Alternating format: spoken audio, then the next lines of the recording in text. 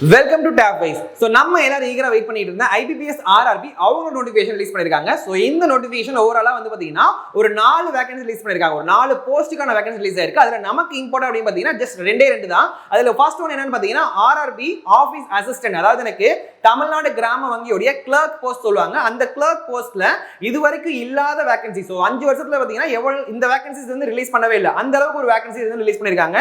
Same அதே மாதிரி தான் வந்து பாத்தீங்கன்னா ஆஃபீஸர் ஸ்கேல் 1, அதாவது RRB PO அப்படின்னு சொல்லுவோம். இதுலயுமே வந்து பாத்தீங்கன்னா இதுவரைக்கும் இல்லாத அளவுக்கு வேகன்சிஸ் வந்து ரிலீஸ் பண்ணிருக்காங்க நம்மளுடைய தமிழ்நாடுக்கு மட்டும். ஓகேவா? சோ இதுல என்னென்ன சொல்லிருக்காங்க அப்படின்றத நம்ம ஒன் பை ஒன்னா இம்பார்ட்டன்ட் எல்லாத்தையுமே பார்த்துலாம். சோ ஃபர்ஸ்ட் பாத்தீங்கன்னா எக்ஸாமுடைய அப்ளை பண்ற டேட். சோ எந்த டேட்ல இருந்து நமக்கு அப்ளிகேஷன் ஓபன் ஆயிருக்கும் அப்படின்றது டீடைலா சொல்லிருக்காங்க. சோ நம்மளோட ரெஜிஸ்ட்ரேஷன் டேட் வந்து பாத்தீங்கன்னா 1/9/2025ல ஸ்டார்ட் பண்ணி 21/9/2025 வரைக்கும் சொல்லிருக்காங்க. நெக்ஸ்ட் இதுக்கான preliminary exam date அப்படின்னு சொல்லிட்டீங்கன்னா எனக்கு preliminary examக்கு ஆஃபீஸருக்கும் சரி ஆஃபீஸர் அசிஸ்டன்ட்டுக்கும் சரி எனக்கு நவம்பர் ஆர் டிசம்பர் 2025ல எக்ஸாம் நடக்கும் சொல்லிருக்காங்க. நெக்ஸ்ட் ஒரு மெயின்ஸ் எக்ஸாமினேஷன் வந்து பாத்தீங்கன்னா டிசம்பர் டு பிப்ரவரி 2026 இந்த டேட்டுக்கு பிட்வீன்ல தான் எனக்கு நடக்கும்னா என்னோட எக்ஸாம் நடக்கும் சொல்லிருக்காங்க. நெக்ஸ்ட் ஒரு ஃபைனல் அலோகேட்மெண்ட் வந்து பாத்தீங்கன்னா பிப்ரவரி டு மார்ச் 2026ல எனக்கான ஃபைனல் அலாட்மெண்ட், அதாவது ப்ரொவிஷனல் அலாட்மெண்ட் வந்து பாத்தீங்கன்னா ரிலீஸ் பண்ணிரும் அப்படின்ற மாதிரி எனக்கு இங்க கிளியரா நோட்டிஃபிகேஷன் விஷயம் பண்ணிருக்காங்க. சோ அப்ப பாருங்க எனக்கு அப்ளை பண்றதுக்கான டேட் நல்லா ஞாபகம் வச்சுக்கோங்க. எனக்கு 1/9/2025ல இருந்து 21/9/2025 வரைக்கும். சோ அதோட என்ன ஆயிரும், இந்த விண்டோ க்ளோஸ் ஆயிடும். அகைன் எனக்கு எனக்கு கரெக்ஷன் விண்டோ வந்து ஓபன் ஆகும் சொல்லிருக்காங்க. அது எனக்கு ஃபர்தரா எனக்கு அப்டேட் பண்ணுவோம் அப்படின்ற மாதிரி எனக்கு இங்க கிளியரா கொடுத்திருக்காங்க. After closure of registration will be notified on official IBPS website அப்படின்னு சொல்லிருக்காங்க. அதனால மேக்ஸிமம் அப்ளை பண்றப்ப என்ன பண்ணுங்க, எந்த விதமான கரெக்ஷனுமே இல்லாம அப்ளை பண்றது எனக்கு தெரிஞ்சு பெட்டர். ஸோ ஒரு 1 வீக் டைம் எடுத்து கூட ஜஸ்ட் எல்லாத்தையுமே அனலைஸ் பண்ணிட்டு அதுக்கப்புறம் ஃபர்தரா நம்ம என்ன பண்ணிக்கலாம், இந்த போஸ்ட்டுக்கு நம்ம அப்ளை பண்ணிக்கலாம். ஓகேவா? ஏன்னா நமக்கு ரெஜிஸ்ட்ரேஷன் விண்டோ அகைன் நான் வந்து எடிட் விண்டோக்கு போகும்போது எனக்கு அடிஷனல் என்ன பண்ணுவேன், ஒரு 200 rupees பே பண்ற மாதிரி இருக்கும். அதனால யாருமே வந்து பாத்தீங்கன்னா தப்பா எதுவுமே என்டர் பண்ணாதீங்க. ஜஸ்ட் ஒரு 1 வீக் வெயிட் பண்ணி எல்லாத்தையுமே ஜஸ்ட் அனலைஸ் பண்ணிட்டு ஃபைனலா என்ன பண்ணிக்கோங்க, அப்ளை பண்ணிக்கோங்க. ஓகேவா? ஸோ அகைன் இதுல இம்பார்ட்டன்ட் என்னென்ன கொடுத்துருக்காங்க அப்படின்றத பார்த்துடலாம். ஸோ நெக்ஸ்ட் பாத்தீங்கன்னா இதோட ஏஜ் லிமிட். ஸோ இதுல வந்து ஓவரால் நம்ம பார்த்துருந்தோமாப்பா 4 போஸ்ட் சொல்லியிருந்தாங்களா. ஃபர்ஸ்ட் ஒன் போஸ்ட் பாருங்க என்ன கொடுத்துருக்காங்க, ஆஃபீஸ் அசிஸ்டன்ட், அதாவது மல்டி பர்பஸ் சொல்லுவாங்க. இது வந்து எனக்கு எதுல இருக்கும்னா குரூப் B ல இருக்கும். அதாவது எனக்கு ஒரு கிளரிக்கல் கேடர். ஸோ கிளரிக்கல் கேடர்ல நமக்கான ஏஜ் லிமிட் எவ்வளவு, 18ல இருந்து 28 வரைக்கும் இருக்கும்.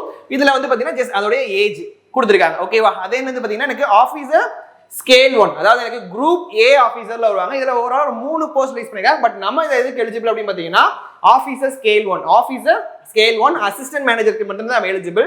இதோட ஏஜ் லிமிட் பாத்தீங்கன்னா 18ல இருந்து 30 வரைக்கும் நம்மளால எலிஜிபிளா இருக்கலாம். சோ ரிமைனிங் ரெண்டுமே வந்து பாத்தீங்கன்னா எக்ஸ்பீரியன்ஸ் கேண்டிடேட்ஸ் மட்டும் தான் அதுல எழுத முடியும். சோ அதனால இது அந்த அளவுக்கு நமக்கு இம்பார்ட்டன்ட்டா இருக்காது. நெக்ஸ்ட் வந்து பாத்தீங்கன்னா இதுக்கு ஏஜ் ரிலாக்சேஷன் கொடுத்திருப்பாங்க. அந்த ஏஜ் ரிலாக்சேஷன் பாத்தீங்கன்னா எனக்கு OBCக்கு பாத்தீங்கன்னா எனக்கு ஓவராலா 3 இயர்ஸும், SC STக்கு பாத்தீங்கன்னா 5 வருஷமும், இதே எனக்கு பர்சனல் டிசபிலிட்டினா எனக்கு 10 இயர்ஸ் வந்து கொடுக்குறாங்க. ஸோ அப்போ நீங்க ஒரு OBC கேண்டிடேட்டா இருக்கீங்க அப்படின்னா என்ன பண்ணிக்கலாம்னா எனக்கு 28 + ஒரு 3 31 வயசு வரைக்கும் என்ன பண்ணிக்கலாம், நான் இந்த கிளர்க் எக்ஸாம் எழுதிக்கலாம். இதே நம்ம ஒரு SC ST கேண்டிடேட் இருந்தீங்கன்னா 33 வயசு எழுதிக்கலாம். ஸோ அதே மாதிரி தான் எனக்கு இங்க POவுமே 30 + 3, OBCக்கு 33, இதே SC STக்கு எனக்கு 35 வரைக்கும் நான் எழுதிக்கலாம். ஓகேவா? இதே நீங்க PWD கேண்டிடேட் இருந்தீங்கன்னா 38, இங்க எனக்கு எவ்வளவு வரும், 40 வயசு வரைக்கும் நான் என்ன பண்ணிக்கலாம், என்னுடைய எக்ஸாம்ஸ் நான் எழுதிக்கலாம். ஸோ நெக்ஸ்ட் என்ன கொடுத்துருக்காங்க அப்படின்னு பாருங்க, இதோடைய எசென்சியல் எஜுகேஷன் குவாலிஃபிகேஷன். ஸோ ரெண்டுக்குமே வந்து பாத்தீங்கன்னா பெருசா நம்ம ஒண்ணுமே படிக்க தேவையில்லை. ஜஸ்ட் எனி டிகிரி, ஏதாவது ஒரு டிகிரி இருந்தாலே போதும், நம்ம இதுக்கு எலிஜிபிள் தான். ஓகேப்பா? ஸோ நெக்ஸ்ட் ஒன் பாருங்க. ஸோ இதுல சேம் அதே தான் கொடுத்துருக்காங்க. ஃபர்ஸ்ட் ரெண்டுமே எனக்கு என்னது scale 1 and office assistant any degree. But ஆனா எனக்கு இங்க என்ன கொடுத்துருக்காங்க பாருங்க, எனக்கு எக்ஸ்பீரியன்ஸ் இருக்கணும்னு சொல்லி நீங்களும் மென்ஷன் பண்ணிருக்காங்களா. ஸோ எனக்கு ஸ்கேல் 2 ஜெனரல் பேங்கிங் ஆஃபீஸரா இருக்கணும் அப்படின்னா எனக்கு 2 இயர்ஸ் எக்ஸ்பீரியன்ஸ் இருக்கணும். இதே எனக்கு ஸ்பெஷலிஸ்ட் ஆஃபீஸர் இருக்கணும், ஏதாவது ஒரு ஃபீல்டா என்ன பண்ணிருக்கணும், சேம் இந்த ரிலவென்ட் ஃபீல்ட்ல 1 இயராக எனக்கு எக்ஸ்பீரியன்ஸ் இருக்கணும். ஸோ இது வந்து நம்ம பார்த்தீங்கன்னா மேக்ஸிமம் எலிஜிபிளா இருக்க மாட்டோம். ஏன்னா நம்ம எல்லாருமே மேக்ஸிமம் என்ன பண்ணுவோம், ஏதாவது ஒரு டிகிரி வச்சுட்டு இப்போதைக்கு கரண்டா எக்ஸாம்ஸ் ஃபோக்கஸ் பண்ணுவோமா. அதனால எல்லாருக்குமே இந்த scale 1 and then officer assistant ரெண்டுமே வந்து பார்த்தீங்கன்னா எலிஜிபிள் தான். நெக்ஸ்ட் இதுல வந்து பார்த்தீங்கன்னா ப்ரொஃபிஷியன்சி இன் லோக்கல் லாங்குவேஜ். ஸோ நீங்க எந்த ஸ்டேட்டுக்கு வந்து அப்ளை பண்றீங்களோ அந்த ஸ்டேட்டோடைய அஃபிஷியல் லாங்குவேஜ் உங்களுக்கு தெரிஞ்சிருக்கணும். ஓகே? இப்போ நம்ம எல்லாருமே தமிழ்நாடு தான். அப்போ தமிழ்நாடு நமக்கு தமிழ்ல எழுதவும் தெரிஞ்சிருக்கணும், படிக்கவும் தெரிஞ்சிருக்கணும். அது ரெண்டுமே வந்து மஸ்ட் அப்படி சொல்லியிருப்பாங்க. ஸோ எழுத படிக்க தெரிஞ்சிருக்கணும். இன்கேஸ் அதுல நம்மளுடைய கிரைட்டீரியா ஃபாலோ பண்ணணும் அப்படின்னா நமக்கு ஒரு 6 months வந்து டைம் கொடுப்போம். அதுக்குள்ள என்ன பண்ணணும், நம்ம அந்த கிரைட்டீரியாவை கிரியேட் பண்ணிக்கணும். நம்ம வந்து அந்த லோக்கல் லாங்குவேஜை எழுத படிக்க தெரிஞ்சிருக்கணும் அப்படின்னு சொல்லியிருப்பாங்க. ஓகேவாப்பா? ஸோ நெக்ஸ்ட் ஒன் பாருங்க. ஸோ எனக்கான அப்ளிகேஷன் ஃபீ. ஸோ அப்ளிகேஷன் ஃபீ பொறுத்த வரைக்கும் பேங்கிங்ல எப்பயுமே மினிமம் எனக்கு 750 ல இருந்து 1000 வரைக்கும் இருக்கும். ஸோ இதுல வந்து பாத்தீங்கன்னா ஆஃபீஸர் ஸ்கேல் 1, ஸ்கேல் 2, ஸ்கேல் 3 இது எல்லாத்துக்குமே வந்து பாத்தீங்கன்னா எனக்கு SC ST கேண்டிடேட்ஸ்க்கு எனக்கு எவ்வளவுனா 175, இதே அதர்ஸ் பாத்தீங்கன்னா 850. சிமிலர் அதே தான் எனக்கு மல்டி பர்பஸ் ஆஃபீஸர் அசிஸ்டன்ட்க்குமே 175 அண்ட் தென் 850 அப்படின்னு சொல்லியிருக்காங்க. இந்த ரெண்டு போஸ்ட்டுமே நம்ம தனித்தனியாக தான் அப்ளை பண்ணணும். ஸோ ஏதாவது ஒரு போஸ்ட்டுக்கு அப்ளை பண்ணால் ரெண்டுமே எழுதலாமா கேட்டீங்கன்னா கண்டிப்பாக முடியாது. எனக்கு இங்கே ஸ்கேல் 1க்கு நான் தனியாக அப்ளை பண்ணுவேன், அதே மாதிரி ஆஃபீஸ் அசிஸ்டன்ட் தனியாக அப்ளை பண்ணுவேன். அப்போ 2 டைம் என்ன பண்ணணும் நான் ஃபர்ஸ்ட் வந்து என்னோட ரெஜிஸ்ட்ரேஷன் ப்ராசஸ் ஸ்டார்ட் பண்ணி ஃபைனல் பேமெண்ட் வரைக்கும் நான் பண்ணியிருக்கணும். ஓகேவா? ஸோ ரெண்டுக்குமே தனித்தனியாக அப்ளை பண்ணுங்க, ரெண்டுக்குமே நம்ம அப்ளை பண்ணலாம், ரெண்டுக்குமே நம்ம எலிஜிபிள் தான். நெக்ஸ்ட் இதோடைய எக்ஸாம் பேட்டர்ன் பாருங்கப்பா. ஸோ எனக்கு எக்ஸாம் பேட்டர்ன் வைஸ் பார்க்கும்போது எனக்கு ஸ்கேல் 1க்கும் சரி ஆஃபீஸ் அசைன்மெண்ட் சரி சிமிலர் ஒரே மாதிரி தான் இருக்க போகுது. ஓகேவா? அப்போ ஜென்ரலாக பாருங்க, எனக்கு இங்கே ஃபர்ஸ்ட் ப்ரிலிமினரி எக்ஸாம்ல எனக்கு ரீசனிங் 40 கொஸ்டின் 40 மார்க் 25 நிமிஷம் டைம் கொடுப்பாங்க, எனக்கு செக்ஷனல் டைம். ஓகேவா?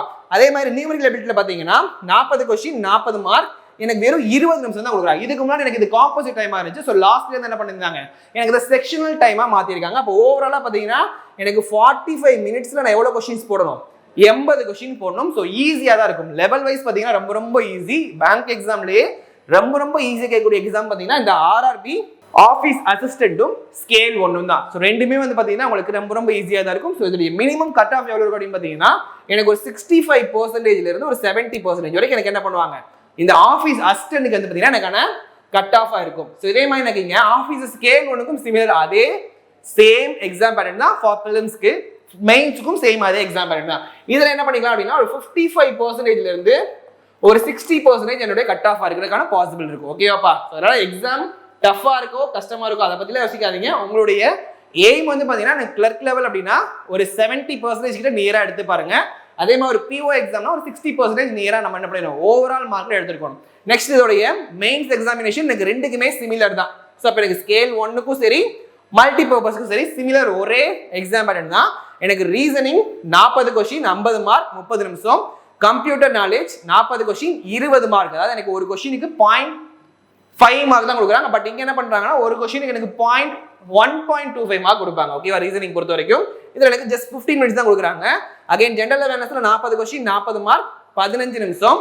இந்த இங்கிலீஷ் லாங்குவேஜ் அந்த ஹிந்தி லாங்குவேஜ் இது ரெண்டுமே வந்து பாத்தீங்கன்னா ஏதாவது ஒன்று தான் நம்ம எடுக்கிற மாதிரி இருக்கும். ஓகேவா? ஸோ நமக்கு இங்கிலீஷ் தான் நம்ம மேக்ஸிமம் எடுப்போம். அப்போ இங்கிலீஷ் லாங்குவேஜ் நம்ம கிளிக் பண்ணிட்டு தான் என்ன பண்ணுவோம், அந்த செஷனே ஸ்டார்ட் பண்ற மாதிரி இருக்கும். ஸோ அகைன் அதுக்கு எவ்வளவு டைம் பாத்தீங்கன்னா 40 கொஸ்டின் 40 மார்க் 30 நிமிஷம். அகைன் நியூமரிக்கல் எபிலிட்டி இருக்கு 40 கொஸ்டின் 50 மார்க் 30 நிமிஷம். ஸோ ஓவராலா பாத்தீங்கன்னா எனக்கு எவ்வளவு கொஸ்டின் அப்படின்னா 200 கொஸ்டின் 200 மார்க் 120 நிமிஷம். ஸோ நியர்லி ஒரு 2 மணி நேரம் வந்து பார்த்தீங்கன்னா இந்த எக்ஸாம் எழுதுற மாதிரி இருக்கும் மெயின்ஸ்ல. ஸோ அகைன் வந்து பார்த்தீங்கன்னா இதுல இம்பார்ட்டன்ட் என்ன சொல்லணும் அப்படின்னா எனக்கு கிளர்க் லெவல் பொறுத்த வரைக்கும் எனக்கு இங்க 2 ஸ்டேஜ் மட்டும் தான். ஸோ ஒன்று பிலிமினரி, இன்னொன்று வந்து மெயின்ஸ். இது ரெண்டு கிளியர் பண்ணிட்டேன்னா அடுத்து டேரக்டா என்ன பண்ணிக்கலாம், டிவி போய் நம்ம போஸ்டிங் போயிடுவோம். இது எனக்கு பிஓ ஆகிறேன். ஒவ்வொரு ஸ்கேல் 1ல போனோம் அப்படின்னா ஃபர்ஸ்ட் ப்ரிலிம்ஸ் கிளியர் பண்ணுவோம், அடுத்து மெயின்ஸ், ஃபைனலாக ஒரு இன்டர்வியூ மட்டும் இருக்கும். ஸோ அப்போ அந்த இன்டர்வியூ கிளியர் பண்ணிட்டோம்னா ஃபைனலாக என்ன பண்ணிடுவாங்க, நமக்கான ப்ரொவிஷனல் அலாட்மெண்ட் பண்ணிடுவாங்க. ஓகேவா? ஸோ அப்போ நெக்ஸ்ட் ஒன் பாருங்கப்பா, நம்ம என்னென்ன மீடியம்ல ஃபர்ஸ்ட் இந்த எக்ஸாம் எழுதிக்கலாம். ஏன்னா நிறைய பேர் என்ன பண்ணுவாங்க அப்படின்னு பார்த்தீங்கன்னா எனக்கு இங்கிலீஷே வராது அப்படின்றப்ப நான் தமிழ்ல எக்ஸாம் எழுதிக்கலாமான்னு கேட்பாங்கல்ல. ஸோ பேங்க் எக்ஸாம்ஸ் பொறுத்த வரைக்கும் நம்ம கிளரிக்கல் எக்ஸாம்ஸ் எல்லாமே நான் தமிழ்ல எழுதிக்கலாம். ஸோ அது போக எனக்கு தமிழ்நாடு கிராம வங்கி அதாவது ரீஜனல் ரூரல் பேங்க்ல மட்டும் நான் பிஓவும் தமிழ் எழுதிக்கலாம், கிளர்க்கும் தமிழ் எழுதிக்கலாம். ஸோ அப்போ எந்தெந்த லாங்குவேஜ் நமக்கு இங்கே டிஸ்பிளே ஆகும் அப்படின்னு பார்த்தீங்கன்னா கொஸ்டின்.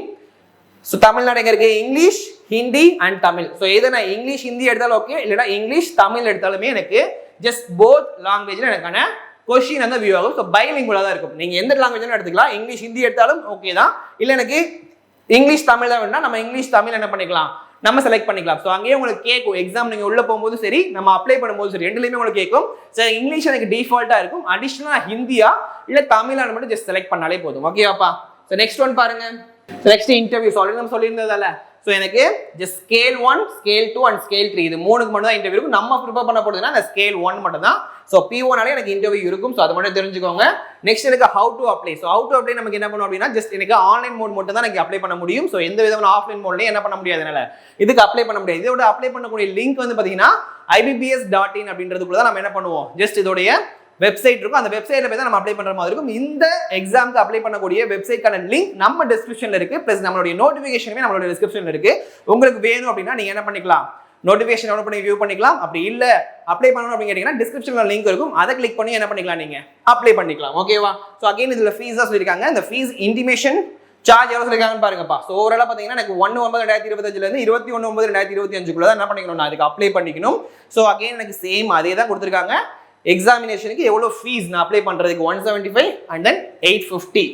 நெக்ஸ்ட் வேகன்சி அப்படின்னு பாத்தீங்கன்னா எனக்கு ஃபர்ஸ்ட் ஆஃபீஸர் அசிஸ்டன்ட்க்கு எவ்வளவு வேகன்சி ரிலீஸ் பண்ணிருக்காங்க அப்படின்னு பாத்தீங்கன்னா ஓவரால் நம்ம தமிழ்நாட்டுக்கு மட்டும் 468 வேகன்சி ரிலீஸ் பண்ணிருக்காங்கப்பா. எப்பயுமே எனக்கு மேக்ஸிமம் எவ்வளவு கிடைக்கும்னா ஒரு 300 to 350 வேகன்சி தான் எவ்ரி இயர் ரிலீஸ் பண்ணுவாங்க. பட் இந்த இயர் வந்து பாத்தீங்கன்னா 468 அப்படின்றது எனக்கு கண்டிப்பா பாத்தீங்கன்னா ஒரு ஹியூஜ் வேகன்சி தான், நிறைய ஆப்பர்ச்சுனிட்டி இருக்கு. அதனால நீங்க கண்டிப்பா இந்த 2 எக்ஸாம் அப்ளை பண்ணி கண்டிப்பா என்ன பண்ணிக்கோங்க, ப்ரிப்பரேஷன் ஸ்டார்ட் பண்ணீங்கன்னா ஈஸியா கிளியர் பண்ணிடலாம். ஓகேவா? சோ நெக்ஸ்ட் ஆர்ஆர்பி ஸ்கேல் 1க்கான வேகன்சிஸ் பாப்போமா. சோ ஆபீசர் ஸ்கேல் 1க்கு எவ்வளவு வேகன்சி ரிலீஸ் பண்ணிருக்காங்க அப்படி பாத்தீங்கன்னா நியர்லி சோ எனக்கு ஒரு 200 வேகன்சி ரிலீஸ் பண்ணிருக்காங்கப்பா. ஓகே, நம்ம தமிழ்நாட்டுக்கு மட்டும் தான் எனக்கு என்ன பண்ணிருக்காங்க அப்படின்னா இந்த 200 வேகன்சி அப்படின்றத மென்ஷன் பண்ணிருக்காங்க.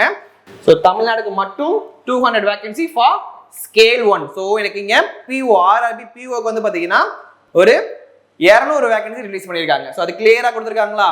சோ ஓவராலா பாத்தீங்கன்னா 200. சோ ஒவ்வொரு கேட்டகரி கொடுத்திருக்காங்க பாருங்க, 30, 15, 54, 20 and then 81 அப்படின்ற கேட்டகரி வைஸ் எனக்கு கொடுத்துட்டாங்க. நெக்ஸ்ட் எக்ஸாமினேஷன் சென்டர்ஸ் பாத்தீங்கன்னா எனக்கு preliminary எக்ஸாம்ஸ்க்கு மோர் தென் ஒரு 17+ டிஸ்ட்ரிக்ட்ஸ் வந்து கொடுத்திருக்காங்க. அதே மாதிரி எனக்கு மெயின்ஸை பொறுத்த வரைக்கும் பாத்தீங்கன்னா சென்னை, மதுரை, திருச்சிராப்பள்ளி, கோயம்புத்தூர், சேலம், திருநெல்வேலி, வேலூர் அப்படின்னு சொல்லிட்டு ஒரு நியர்லி பாத்தீங்கன்னா ஒரு 7 டிஸ்ட்ரிக்ட் கொடுத்துருக்காங்கப்பா. ஓகேவா? உங்களுக்கு எது நியர்பை பிரான்ச்சோ நியர்பை டிஸ்ட்ரிக்டோ அந்த டிஸ்ட்ரிக்ட் என்ன பண்ணிக்கலாம், நம்மளுடைய examination centre both prelims and மெயின்ஸ்க்கு நம்ம செலக்ட் பண்ணிக்கலாம். ஓகேவா? ஸோ நெக்ஸ்ட் ஒன் பாத்தீங்கன்னா என்னென்ன டாக்குமெண்ட்ஸ் நீடட் அப்படின்னு சொல்லியிருக்காங்க. நம்மளுடைய photograph, signature, left thumb impression இருக்கணும்.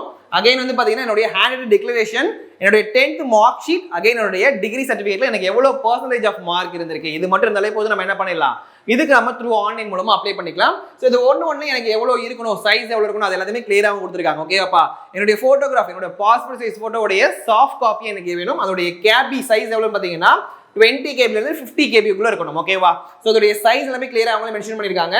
நெக்ஸ்ட் என்னோட சிக்னேச்சர் வந்து பாத்தீங்கன்னா 10 KB to 20 KB யும், என்னோட லெஃப்ட் தம்ப் இம்ப்ரெஷன் பாத்தீங்கன்னா 20 KB to 50 KB இருக்கணும். இதோட சிக்னேச்சர் வந்து பாத்தீங்கன்னா கண்டிப்பா ஒயிட் பேப்பர்ல பிளாக் இங்க்ல சைன் பண்ணிருக்கணும், கிளியரா சொல்லிருக்காங்க. அதே மாதிரி left thumb impression same white பேப்பர்ல எனக்கு பிளாக் ஆர் ப்ளூ இங்க்ல ஏதாவது ஒரு இங்க்ல சைன் பண்ணியிருந்தா போதும். சரி, ஓகேவா? அந்த ரெண்டு இங்க்ல பிளாக் இல்லனா ப்ளூ லைனுடைய தம்ப் இம்ப்ரெஷன் இருக்கணும். ஓகேவா? நெக்ஸ்ட் இதோடைய ஹேண்ட் ரிட்டன் டிக்ளரேஷன் பாருங்கப்பா. எனக்கு இதோடைய சைஸ் ஃபைல் சைஸ் எவ்வளவு இருக்குன்னா 50 KB to 100 KB இருக்கணும். சோ நமக்கான ஃபார்மேட் கொடுத்துட்டாங்க. ஐ டேஷ், அந்த டேஷ்ல என்ன பண்ணிக்கோங்க, நேம் ஆஃப் த கிளையன்ட், உங்களுடைய நேம் ஜஸ்ட் ஃபில் பண்ணிட்டு hereby declare that all the information submitted by me in the application form is correct, true and valid. I will present the supporting document as and when required அப்படின்றது எனக்கு just என்ன பண்ணுங்க, ஒரு white பேப்பர்ல எழுதி அதை scan டாக்குமெண்டா எடுத்து நம்ம என்ன பண்ணிக்கலாம், இதுல ஜஸ்ட் அப்ளை பண்ணிக்கலாம். இதுவே நமக்கு என்ன கலர்ல இருக்கும் அப்படின்னு பாத்தீங்கன்னா பிளாக் பென்ல தான் நம்ம எழுதி இருக்கணும். ஓகே, சோ பிளாக் இங்க் பென்ல நீங்க ஒயிட் பேப்பர்ல எழுதி வச்சுக்கோங்க. ஓகேவா? சோ நெக்ஸ்ட் ஃபைனலா பாத்தீங்கன்னா நம்மளுடைய SSLC மார்க் ஷீட், இது வந்து ஒரு PDF ஃபார்மேட்ல இருக்கணும். A4 சைஸ்ல கேட்டிருக்காங்க. இதோட மேக்ஸிமம் KB எவ்வளவு இருக்கணும்னா 500 KB இருக்கணும். ஓகேவா? சோ இதுதான் ஓவரால் நமக்கு எக்ஸாமுக்கு தேவையான டாக்குமெண்ட். ஓகேவா? எல்லாமே நமக்கு சாஃப்ட் காப்பியா மட்டும் இருந்தாலே போதும், எந்த இஷ்யூமே கிடையாது. நெக்ஸ்ட் அகைன் எனக்கு டேட் ரொம்ப முக்கியம். சோ அப்ளை பண்றதுக்கான டேட் பாத்துக்கோங்க, 1/9/2025 ல இருந்து 21/9/2025 வரைக்கும் இருக்கு. சோ அகைன் எக்ஸாமினேஷன் பாத்தீங்கன்னா எனக்கு நவம்பர் ஆர் டிசம்பர்ல வரும் சொல்லிருக்காங்க. preliminary எக்ஸாம், அகைன் மெயின்ஸ் வந்து பாத்தீங்கன்னா டிசம்பர் to பிப்ரவரி ஏதாவது வரும். சோ கண்டிப்பா எனக்கு பாத்தீங்கன்னா ஜனவரில எனக்கு எக்ஸாம் வரதுக்கான பாசிபிலிட்டி ரொம்ப அதிகம். சோ நம்மளுடைய டாப் ஐஸ்ல வந்து பாத்தீங்கன்னா பேங்கிங்கான ஸ்பெஷல் கோர்ஸ் வந்து போயிட்டு இருக்கு. இதுல நீங்க ஜாயின் பண்ண அப்படின்னா ஸ்கிரீன்ல தெரியற 8438219900 அப்படிங்கிற நம்பருக்கு கால் பண்ணுங்க. தேங்க்யூ.